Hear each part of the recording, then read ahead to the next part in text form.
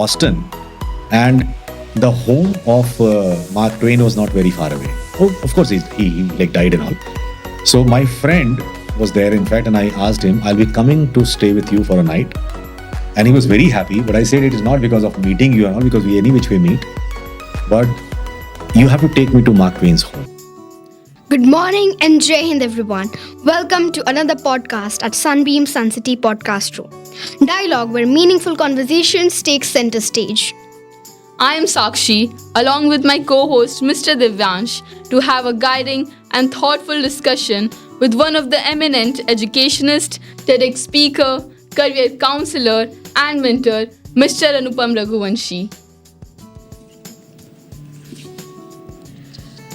Sir, after going through your rich profile, my first question to you is, you have worked with global organizations like the UNICEF and the British Council as well. What was your experience working along these prestigious organizations? See, working with any kind of organization or the idea of work alone, definitely more than you apply your knowledge and experience into the work, it teaches you every day. And if a particular work is not teaching you every day, then definitely you're not going to grow in that particular work.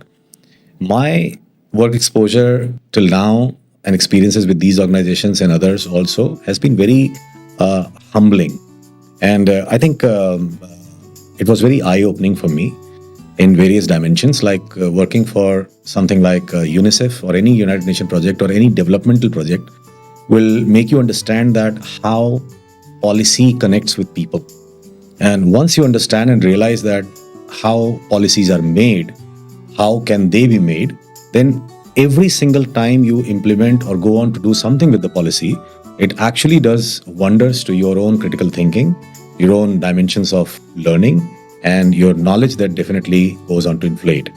Similarly, working with international organizations like British Council, it goes on to tell you that how global education empowers the local change. The students, in fact, like if they go on to study abroad, then they understand the broader dimension of how the study is different from their own places. And although it was a very short stint, but then it gave me a great exposure, something which was very significant. And today I proudly say that over 300 students of mine, they have gone out everywhere in the world, and they have studied right from Harvard, Stanford to Oxford, Cambridge, and to others, in fact, and almost 70 odd students with 100% scholarship. So had I not been in that kind of an organization, I don't say that those 70 students would not have got 100% scholarship from Varanasi, but of course, like most of them would not have got it, because definitely there is some kind of a mentoring, and which is very, very important, in fact, like which is also what I realized after working with these organizations, that just because I am from Varanasi and my stakes have gone global, in fact, I have got a great exposure of the world, this is what I need to give to my people. And when the idea grew, then I came back and I've been serving my cities for a long period of time, I think from 2006 onwards.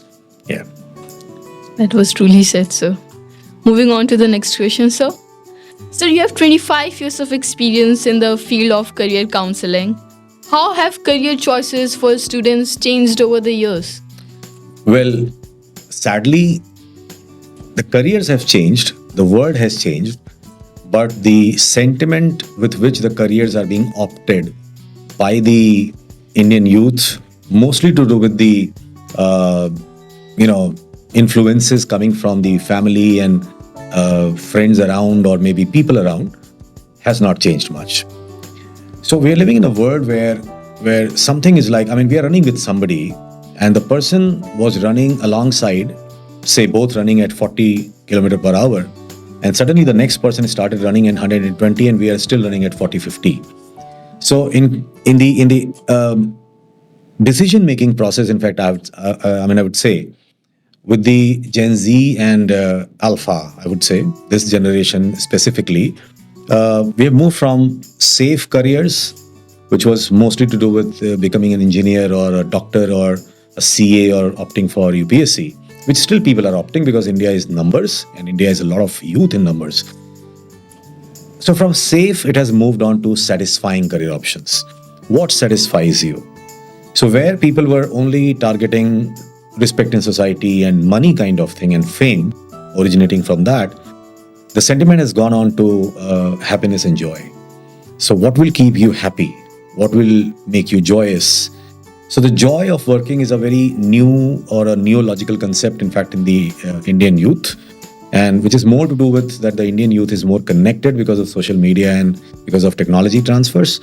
And they also understand that there is not only an earning machine in them, but there's also a living person who can be a living legend only if he is satisfied in his life.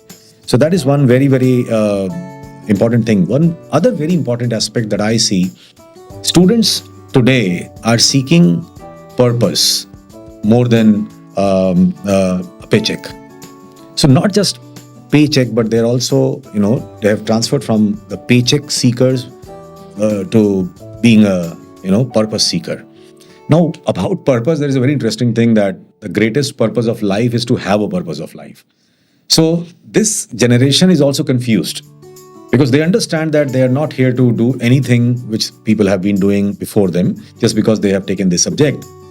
But they also don't know what should they be like, taking up in their life as a profession or a career. And there is that dichotomy still, in fact, life which is lying, which is people like us who are doing a lot of things with person-to-person counseling or in-person counseling or masses counseling. In fact, I would say, my sole touch point is more than 10 to 15,000 students across India in various schools and also in colleges. So the transition is from the schools to the colleges, but still this is not enough because India is a huge number. So in a short answer sequence, if I have to say, the careers have gone from being linear to becoming hybrid. So it's not a very simple strategic move of getting into one career and then living a life with that, but it is basically a person has to understand that he or she, whosoever the child is, they have to move from one to the second, and at least there will be 4 to 6 career changes. That is what I see as a professional of careers and a career strategist in the times to come. So you all have to also be aware of that there can't be, your system cannot be hard-lined towards a profession. We have seen enough medicos after their MBBS, they are not going on to become doctors. There's a substantial percentage, about 70% of all engineering students passing out from IITs, their first job is not BTech, not of an engineer. They have got a BTech. So the only significant change in 4 years is that they get a BTech, but they don't work as an engineer ever in their life. So these are the things that are happening. But yes, something also needs to be done at the school level and with the parents. So, what significant shifts do you foresee in career choices and the job market over the next decade? See, this is an era of not change, but a constant change. What used to happen before was that there used to be a change, people adhered to that change, and they used to change themselves, or maybe whatever tenets of changes were there, they used to take them, they used to make amends, and then go forward. Right now, what is happening is, because of this constant change, a constant upgrade is needed. And a lot of students, a lot of parents, and a lot of schools, this entire ecosystem of learning, they are not designed for a constant upgrade. Because then it's too much subverting the paradigm. There is an established version of a school, established version of an ecosystem of learning, or the way the student learns. And now what is happening is they have to constantly upgrade. But that's one reality of today. Any reality of such sort which is associated with change will or should make you relearn things, which is easier said than done. If I ask you to relearn something, then the first thing you have to do is to defamiliarize yourself with what you already know. And what you already know is a knowledge system that you have undergone through a process of a number of months, days, years, hours, whatever. It is not that easy for a person to let go of all the learning. So change is there, change is constant, but are people changing and changing enough or changing aligned with the change is the question. So that is one very, very, important thing. Then traditional degrees which were there are going to be mattering less. It's very rather unfortunate. There are a lot of degrees, in fact, a lot of students, I would say over 90% students, when they study philosophy, when they take any subject for that matter, even engineering, I mean, don't get me wrong that I'm only towards or against humanities side of careers. No, not at all. But there are many degrees which are specifically not redundant all by themselves, but they become redundant when a person who doesn't connect with that subject studies that. So if somebody is top 10% studying philosophy from, say, Oxford or from top institutions of the world where the change makers of that subject are teaching you, then it's fine. Otherwise, 3 years is royally wasted in terms of cramming something from the books, writing the examination, and meaning nothing. In India, maximum number of PhDs pops up, in fact, every year. That is highest in the world. And the most ridiculous PhDs are in India. The most number of PhDs who are good for nothing are in India. This is a fact. And if you say this on a nationalistic scale, then you'll be definitely mastered for that. But then if you realistically talk about it, then this is the fact. And fact is not a truth. So this is not my truth. This is a fact. It is for everybody who believe it to be true or not. The fact remains fact. So that is happening. Then one thing which is very significant these days is the skills like adaptability. Now, adaptability earlier used to be a kind of thing which was within thing, but now it is more of a skill. So you have to learn to be adaptable, right? The skills like creative problem solving. Now, it's not just problem solving and creativity separately engaged. It is creative problem solving. How can you solve a problem and how can you do it creatively? You have to learn and adapt to that because this is what the changing careers of tomorrow are going to be wanting from you. Emotional intelligence. Now, people used to not give or not pay heed to such words like emotional intelligence. But this has gained momentum because when the computers are going to be thinking like you or much, much better than you, faster than you, what a computer cannot do is that he cannot be emotionally intelligent. So we need to understand all those realms where a computer or any kind of large learning model cannot overtake us, cannot match us.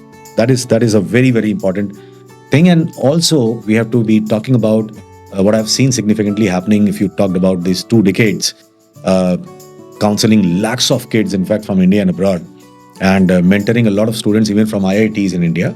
What I've come across is this is the era of hybrid careers.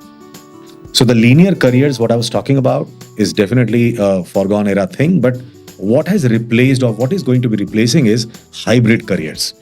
Now, when I say something like an AI ethics consultant. Now, an AI ethics consultant, ethics is one thing. Artificial intelligence would need somebody who need to learn coding or is a BTech in computer science or another things, right?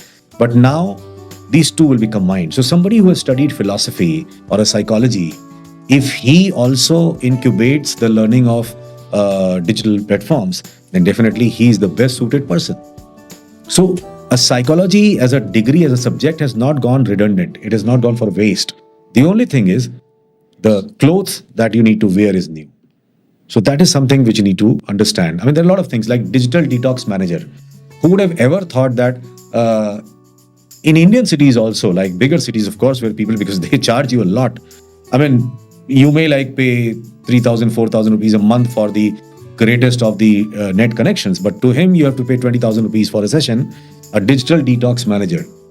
He understands you, understand everything that is around you, that you're into, your silos, your inhibitions and everything. And then he will make a guidebook plan that you have to follow to detox yourself digitally.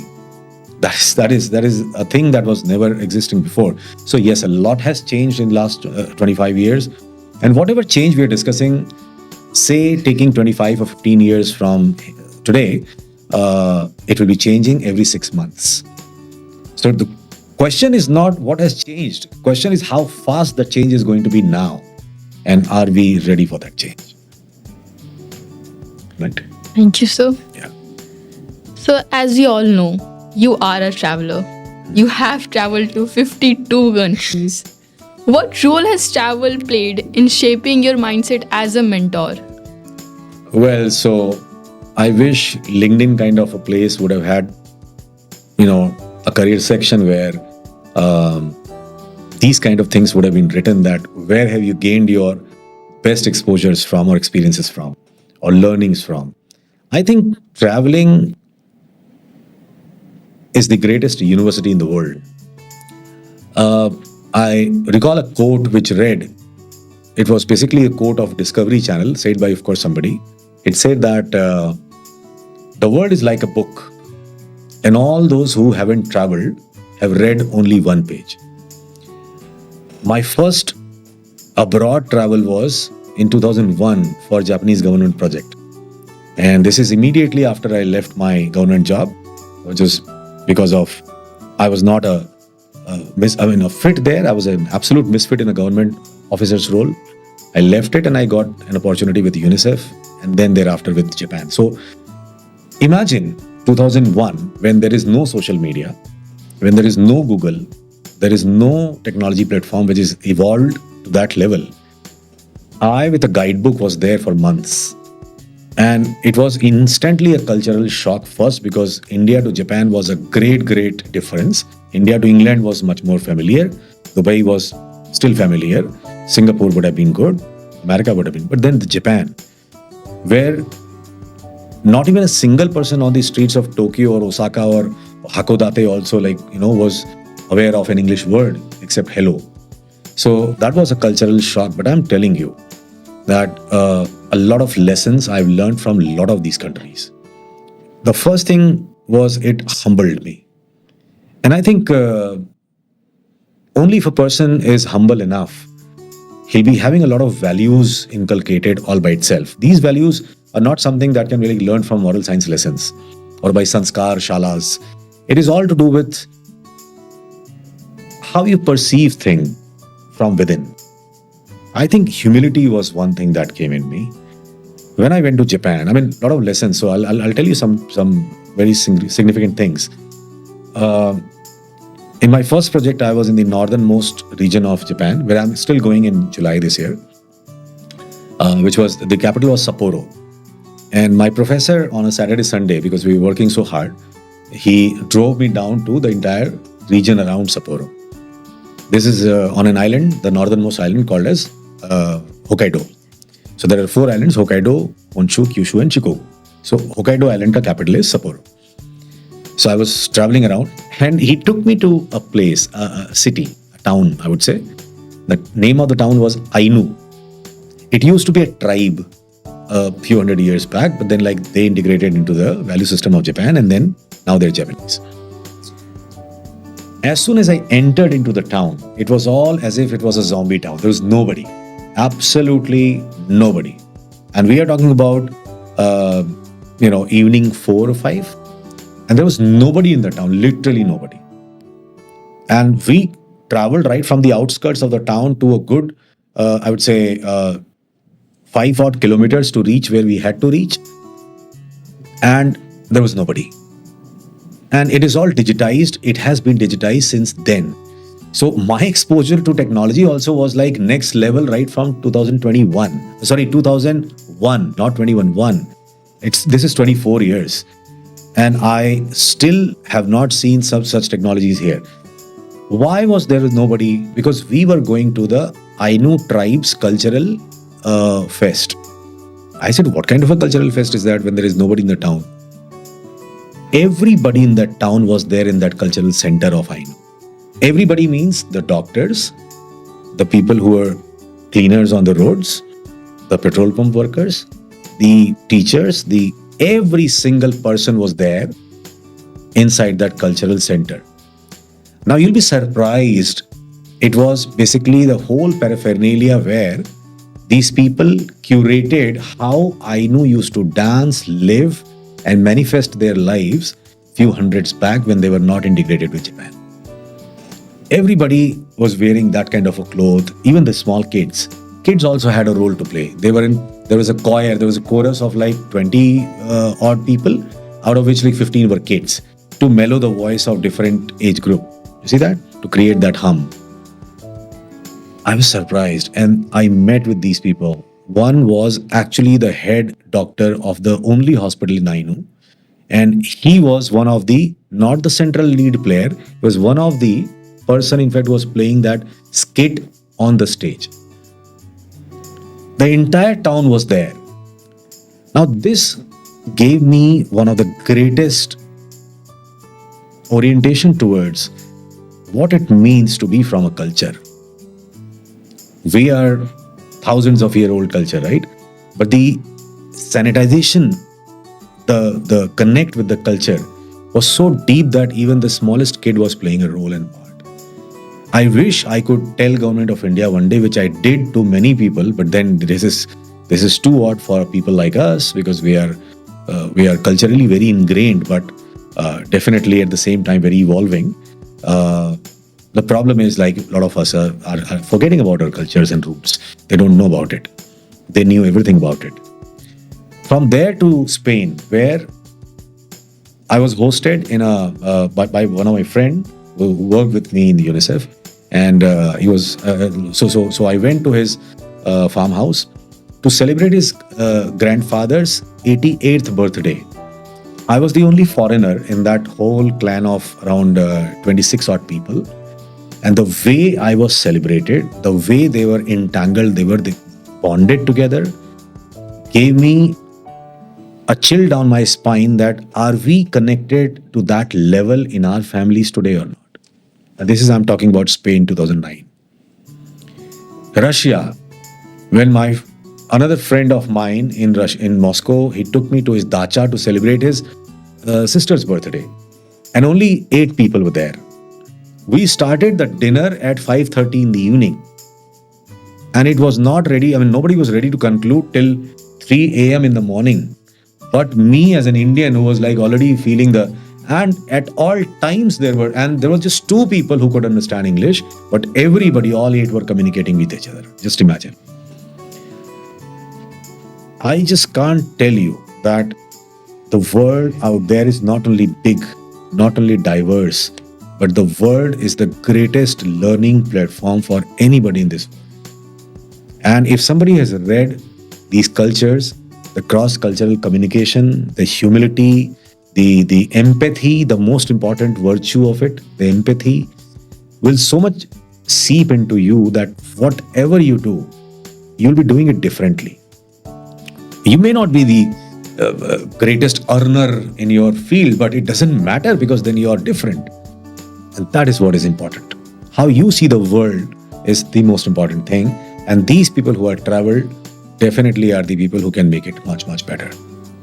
So I think my travel has given me, and the only degree I say is travel. I have gone to the best of the institutions worldwide, in India also.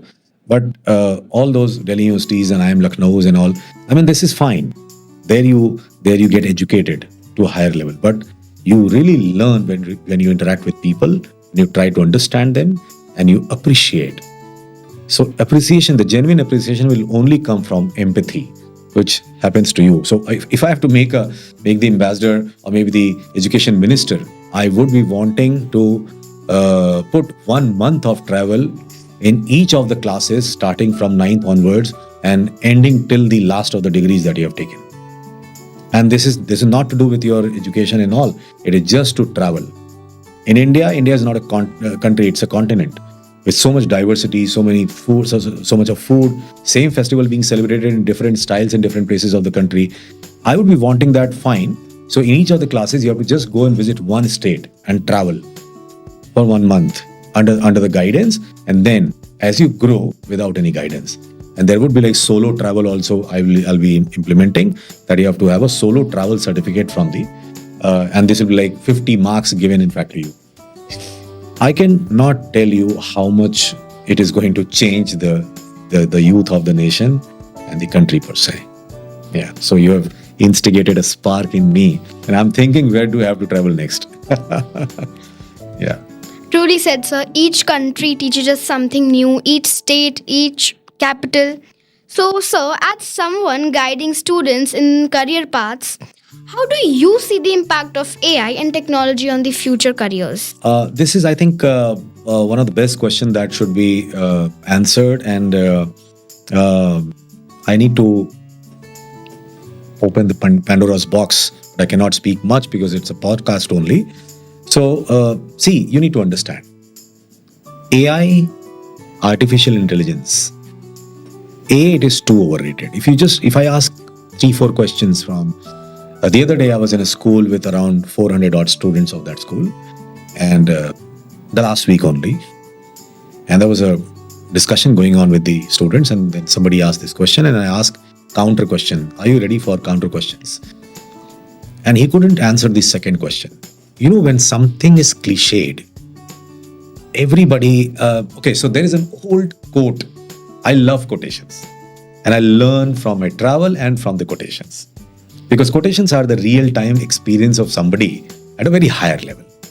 And then it becomes dictums. It becomes an adage or a maxim, and for us to, absorb and to understand. This quote says and reads, very interesting, that the worst thing about a good song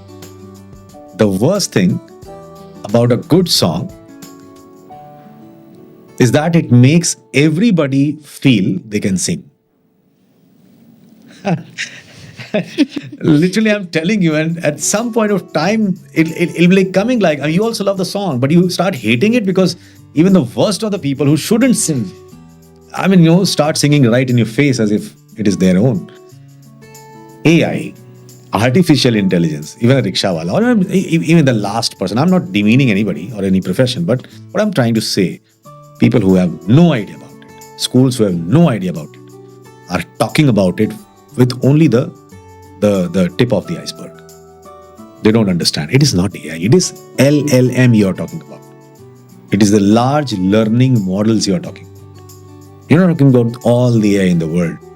But what is going to be impacting most the humanity of today and the careers of tomorrow, the immediate tomorrow, is going to be the large learning models. We need to first understand that AI is not here to steal your job.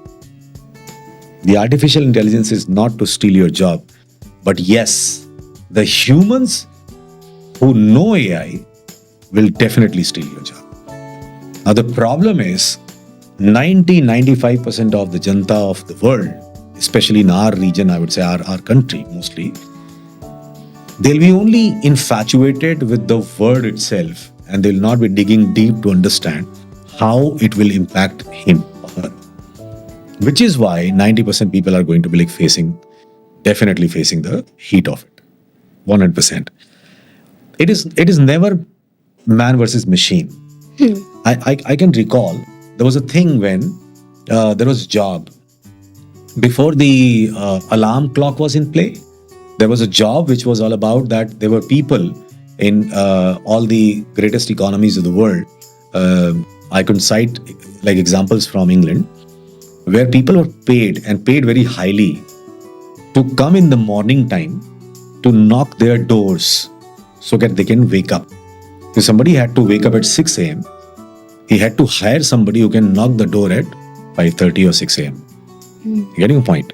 This was a thing because there was no other mechanism. How would you cannot, when all the humanity of the world, they were not banking upon कि सुबह सुबह मुर्गा बोलेगा. You need to understand that. And how can Murga know कि वो 6 बजे बोलेगा कि 5 बजे बोलेगा? So if it was 6 o'clock, you had to pay him. And the earlier it was more. So the payment was like that. And they were highly paid. They used to come on their bicycles, in their good clothes and all. They would knock the doors and get their whatever money they were earning.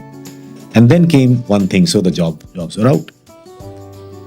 Calculators, when it came in place, this is what happened. An industrial revolution that brought electricity into play.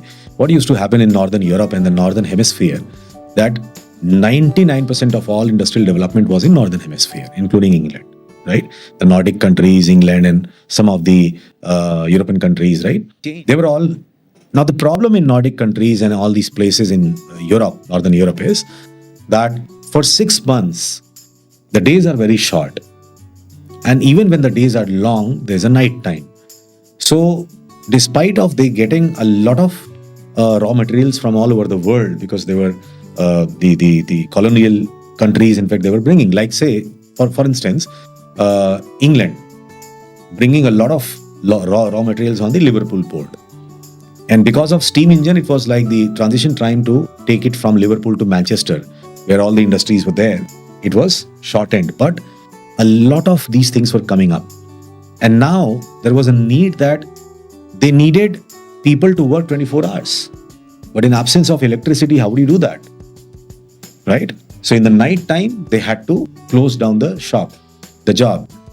When electricity came, it did not only automatize the production levels, but it also did a wonder, gave a wonder to the world in the form of a bulb. So because of that bulb, the production used to happen 24 hours. There were shifts of 8 hours or 12 hours each. Debatable issue, but it was there. Right. Now, we need to understand that what happened then, suddenly people grew in number, right? But after that came, because of the same electricity, automation started to happen. Then further, the people were diminished. They lost their jobs. So this will continue. This is a vicious cycle. People will be ousted because of technology, and it has happened. So it is not man versus machines today. It is man with machines. So the success in careers is all about man with machines.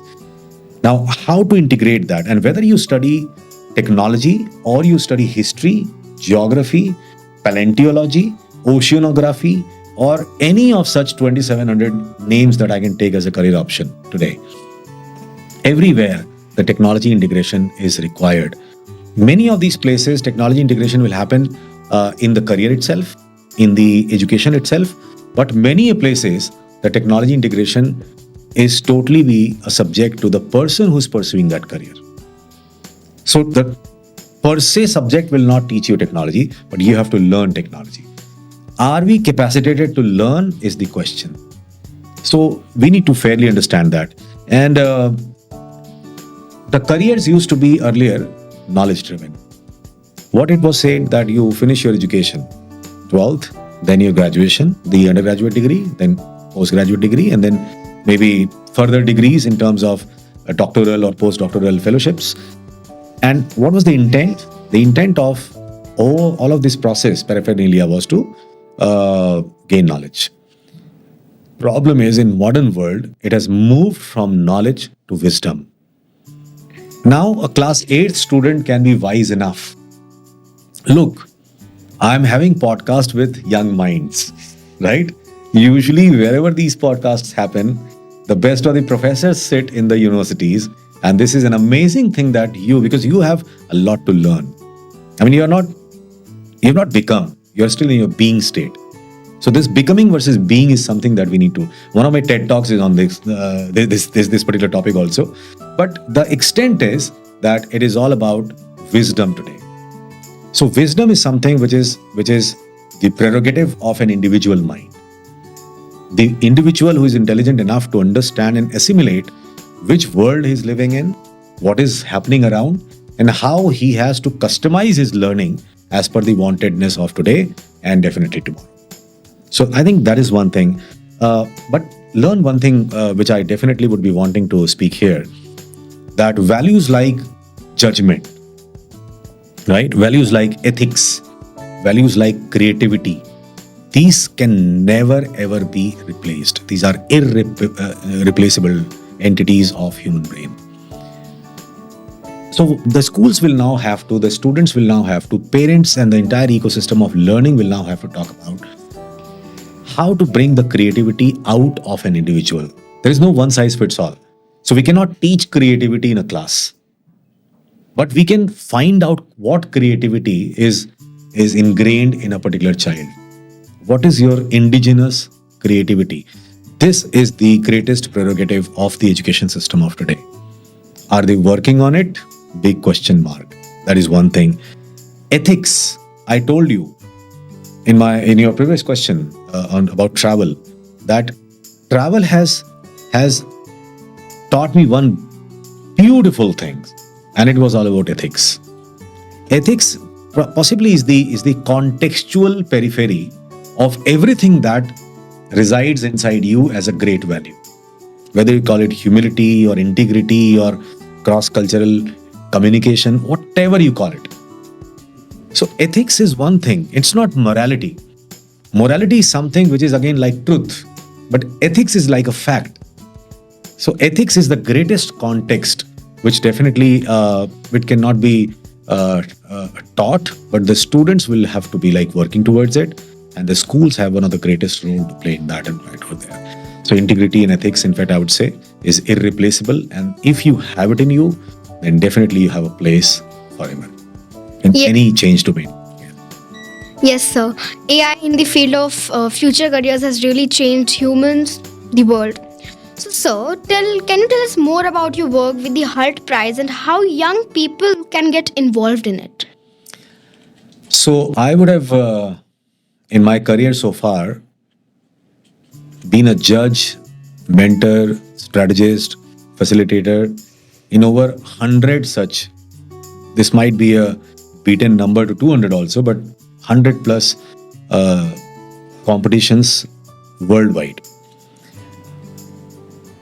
Hult was very important because Hult was a different kind of a setup. What was also very important at the same time, which you haven't mentioned, was the Startup Weekend by Google. Now, Startup Weekend means like starting from happening on the weekend. So within 48 hours, the student had to incubate the idea. They have to channelize the idea, formulate it, and then present a sequenced startup model. Right. So it was fantastic. Hult was also very, very important, I would say. It was like where a Shark Tank meets the UN goals. So I mean, if I have to define it very, very simply, so a Hult Prize Championship was not about anything coming up as a business idea, but it was all about like building businesses that goes on to solve global problems of today and perceptible problems of tomorrow. Very unique kind of setup. As a national level mentor, I have taken a lot of these competitions in a lot of places and a lot of great institutions, including IITs. And I have encouraged one thing practically everywhere, especially in Hult Prize Championships, that you have to learn how to pitch change. You don't have to pitch an idea. How you can pitch an idea that is possibly good enough to bring a change. You getting the point? So if your idea is not changing something dimensionally, the idea is not good enough. And Hult definitely will not be like, so usually it was all targeted about providing solutions to majorly three things: poverty, climate, and education. So if an idea is like, because these are the three most talked about things, the greatest issues of the mankind of today. And I think all such models, wherever it happens, the entrepreneurial models of competitions, I really love to be a part of it. I loved to be a part of this particular thing. Yeah. Thank you so much, sir. What advice would you give students who feel confused and pressured about career choices? Let me take a precursor to the question. That in how many ways a student is confused today, right? So when I see the students, when I counsel them, I find one category of students who have not been attentive, who are not good students. That means they're not good listeners when they sit in a classroom or when they listen to somebody. There are students who are not good readers. They don't read the contemporary things, in fact, whether it is news or books or whatever. And that is one category of students where the students themselves are bad students.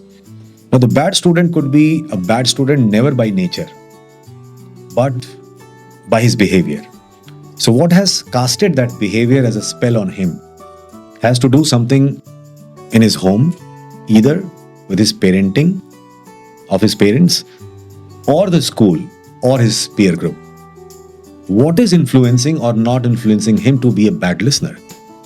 You need to understand one thing, किसी भी मनुष्य में ज्ञान सिर्फ दो स्रोत से आता है, या तो अच्छा सुन के या अच्छा पढ़ के. So if a student is not a good listener or has never been a great reader, he will be confused. Because all the knowledge of the world is like, you're not Buddha to be sitting in, beneath a tree, and then one day the halo will be like, coming behind your back and you'll become Buddha and celebrated as a god forever. Well, it is not going to happen, of course. So that is one thing that we need to understand. The second category is where you're talking about. Confusion, we need to understand, isn't a weakness. If you're not a bad student, then confusion is never a weakness. It only talks about you that you're a deep thinker. You're getting deeper into the subject, and since you have chosen to get deeper into the subject, and the subject is not manifested by you, definitely what will happen is that you'll be confused. Every time you don't know something, you might be confused. Every time you think that this is what I know and somebody said something else, then you'll be confused. But this confusion is a good confusion. Like that advertisement that says daag achhe hain, right? And then the mother comes and uses that Ariel or whatever, in fact, the detergent. Confusion is good if you're not a bad student. So we need to be understanding to tell the students whether they are good or bad only on one dimension, whether you are a good listener or you are a good reader. If you are, and then confusion comes, celebrate that confusion. Because one thing that it is going to be ingraining inside you is something called as curiosity. Curiosity is not a virtue that is present inside you. Curiosity is basically a prerogative of a human being. And the prerogative is when the human mind starts channelizing commands that you got to know this. So what is it that will tell you got to know this? It is because you have infiltrated in various domains, various minds while listening to them or by reading various people. And then one day you definitely understand this is your play. And then you become curious, One more thing, students are, I would take that notion from you guys, that students are also confused because they, are confused about their careers. Well, you need to understand, I spoke about it right in the helm, that a student should not be thinking about marrying one career for life. This is not that era where you can marry one career for life. There's a lot of career change that is going to be seen by the students of today. When you go into the tomorrowland, and only if you can travel 10 years or traverse 10 years down the line, you'll see that you got educated into something, but you became somebody else. Because you're happy in doing that thing rather than you are made to be doing that thing. Till date, we have seen people who are made to be doing things, in fact, circumstantially or maybe otherwise. But now what will happen is they'll be finding their happiness. So this is definitely, and one thing which I will end this question with this anecdote of mine that I keep on saying at all places, in fact, that clarity is a process. It is not a movement. So there is no epiphany going to happen, no eureka going to happen about clarity, right? Clarity is a process. Somebody like Archimedes who said eureka, he did not say, he was not you and me to say eureka and found the buoyancy principle. He was working on that. Only a scientist can understand if an apple falls on his head, he'll be curious about. So he was a scientist. It is not, apples have been falling on how many heads? Even coconuts have been falling, people are dying on that. There are so many things that falls and people have been dead.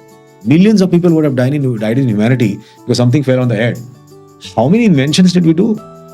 It is only when a scientist experienced that he started finding his purpose of why did this happen, right? It was not that why he was hurt, but why did this happen with him?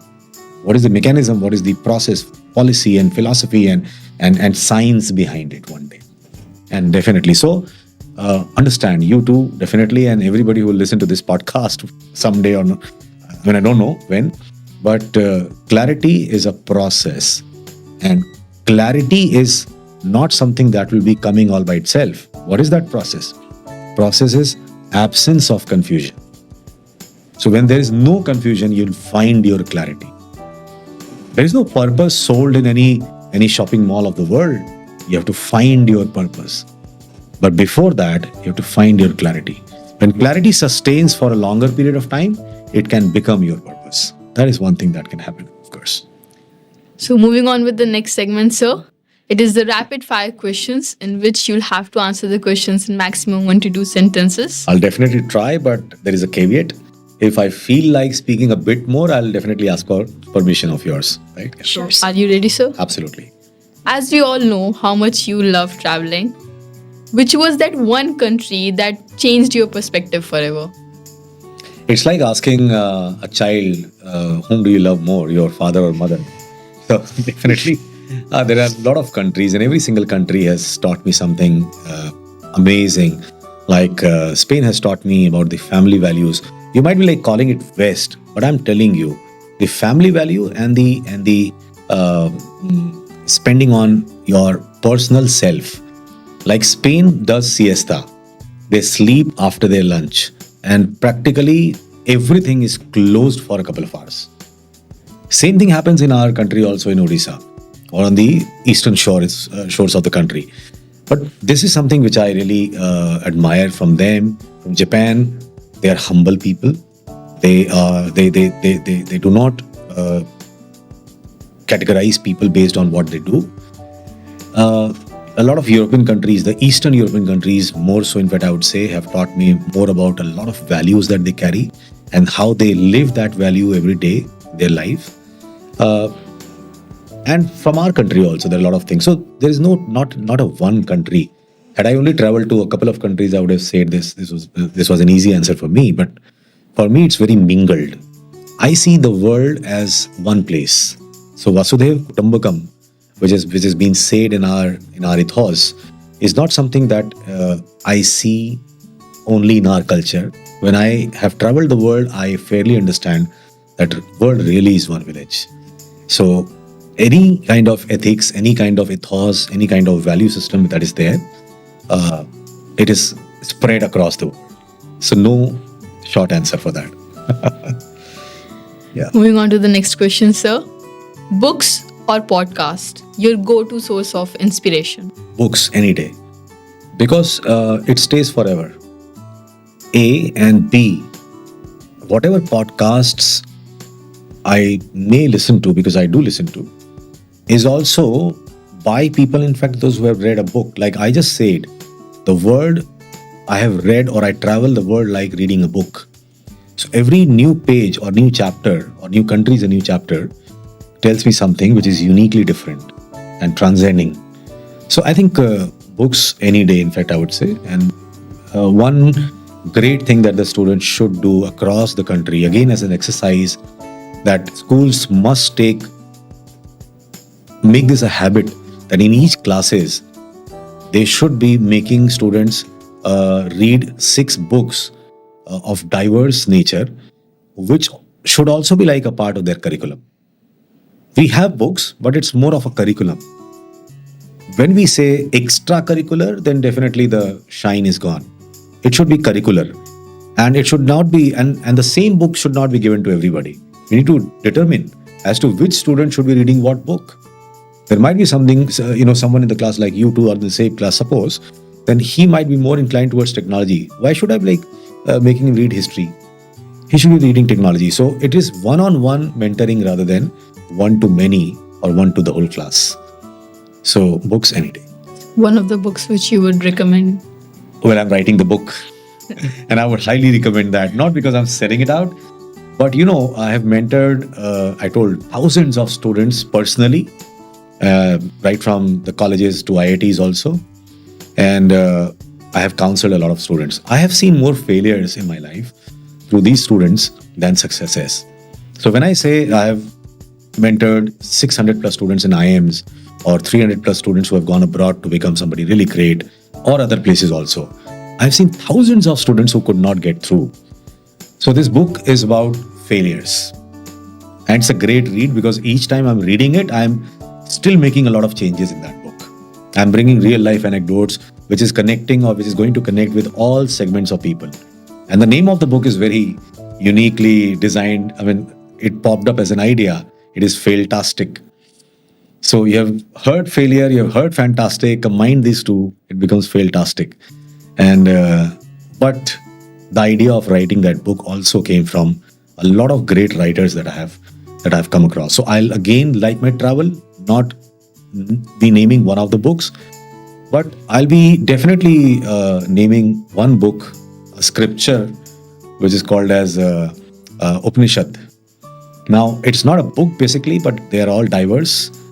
And each and every, like if I have to define the whole education system, and there is this one prose from Rigveda, a part of Subhashita Manjari, that says, Acharyat Padma Dattai Padam Shishya Swamedhaya Kalen Padma Dattai Padam Sarvamcharive.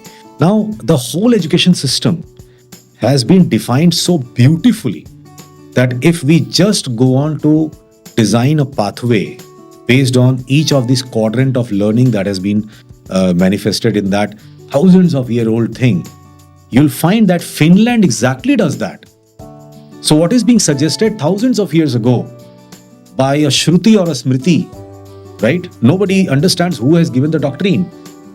But now in modern world, the world is trying to imbibe the principles of learning as a model of Finland. And Finland does exactly the same thing. They have 4 quadrants of learning.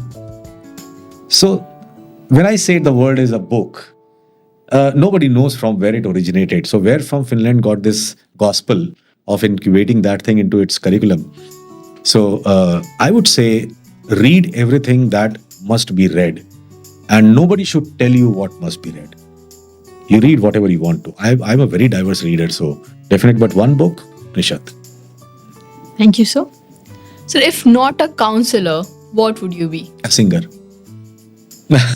I would never have earned money at all. I would have been devastated in my career. But I'm telling you, the happiness the exercisive happiness that I feel when the mic is there in my hand, or even if there is nobody and I am the only sole listener to my songs, it's not because I'm a very good singer, but my soul resides in that. And the thing which comes absolutely parallel, or now it is leading, is when I get a mic on the stage, when I'm discussing things with children, or counseling them, or mentoring them, taking sessions, longer sessions, parent counseling, 400-500 parents were there, in fact, and I see a couple of them crying. It doesn't give me satisfaction. It measures me as a being, that here is it that I have crafted something in him, and there is a change that is going to be happening right the moment he goes back home, and the change is for good. So as a practitioner, I would say singer. So one song that you love the most. There is no song again. Now you're asking questions where it is in a fix. There is no one song. Each and every song that is written, in fact, is written with the ethos of the writer of that song. How I may be inclined towards certain songs, but I think if it is a song, it is a song, and it must be sung by a lot of people. So absolutely every song, I would say. So, music or movie? Mode to unwind. So there is no brainer in that. Music. Of course, if there's a song, then there has to be music. Because music does something inside you. Movie does something from outside you. And a person like me would be more intrinsically connected to his own soul. And when I close my eyes and listen to something, in fact, even if I'm seeing nothing, it takes me to places. So good music has that power of taking you to a lot of places, even if you're not traveling. And that cannot happen in movies. Movies, you have to fix to a particular plot. Music, transcend. Okay, sir. So I think this is a really good question for you. Okay, all of the questions are good. Yeah. Your all-time favorite quote? Well, so am I allowed to speak more than these 2 lines? However, I'm breaking the Sure. code already by speaking more than 2 lines. Sure.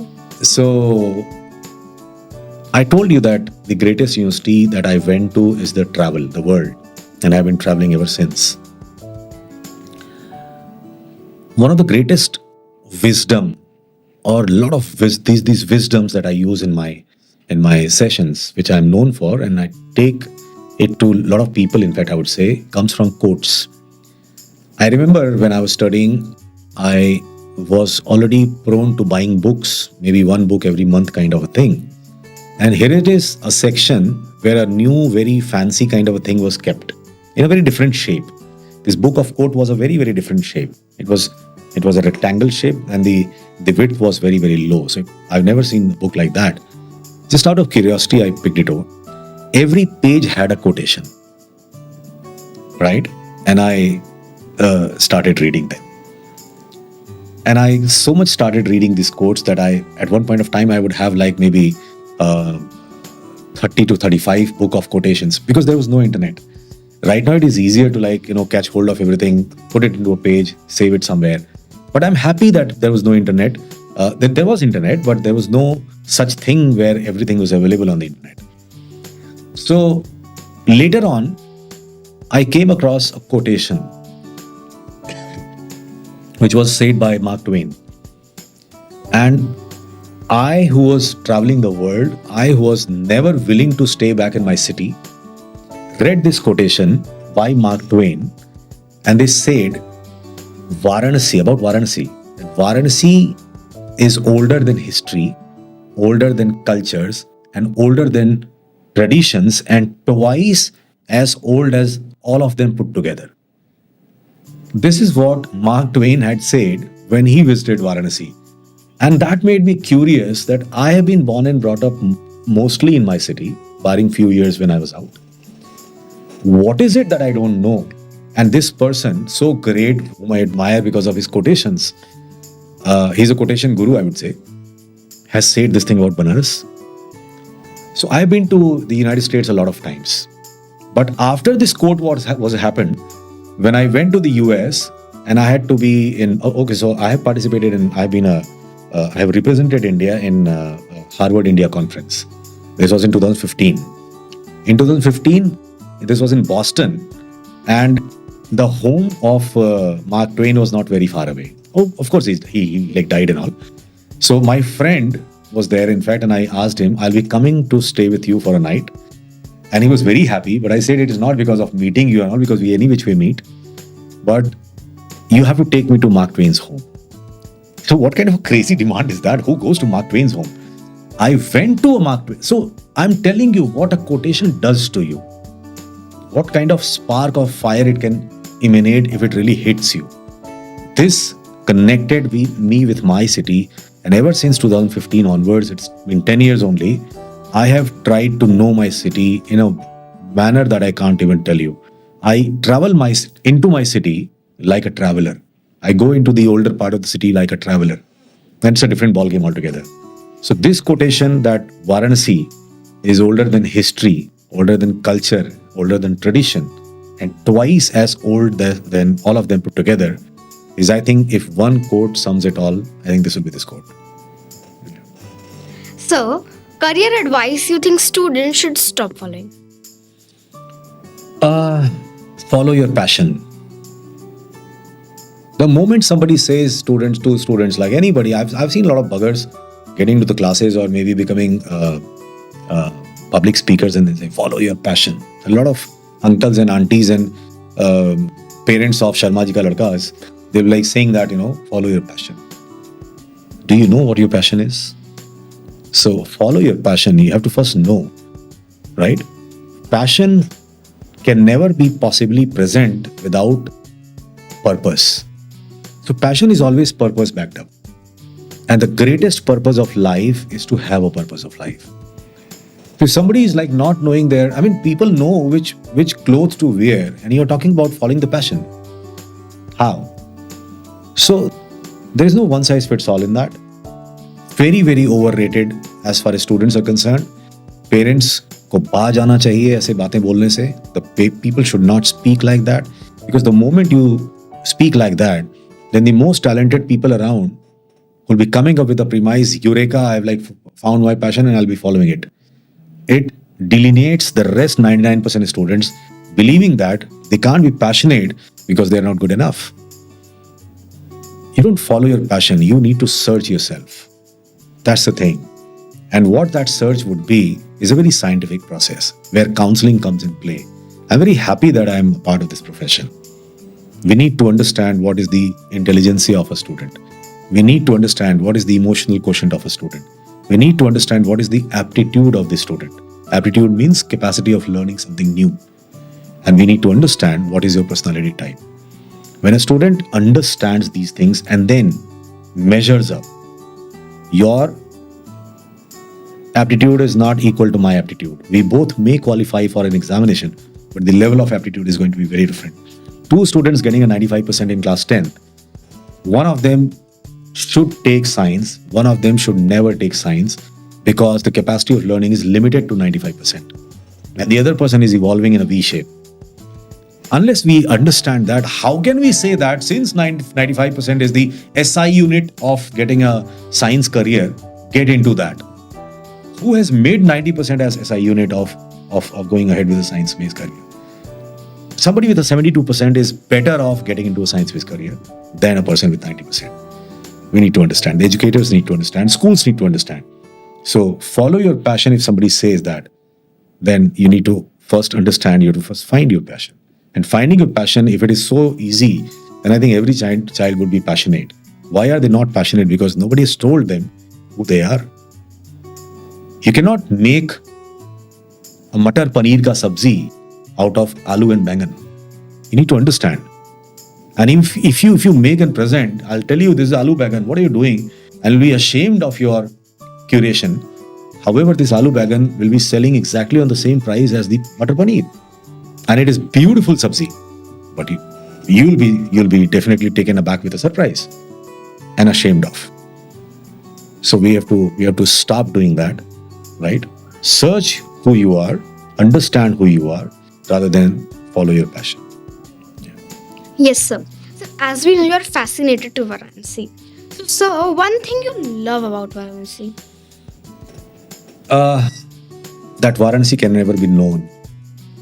A city that celebrates death, how can you contextualize with a word called knowledge to that city? There is something very different, very difficult, and ever evolving. This is Avinashi. Kashi is Avinashi. That means if everything goes to an end, this place will be surviving.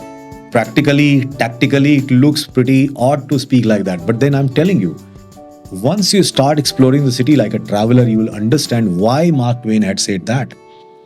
If I have to spell out one word for that, I'll be using a Greek word, brouhaha. Brouhaha means organized chaos. So this city is an organized chaos. A city which celebrates with band and everything, in fact, on a Shamshan Ghat.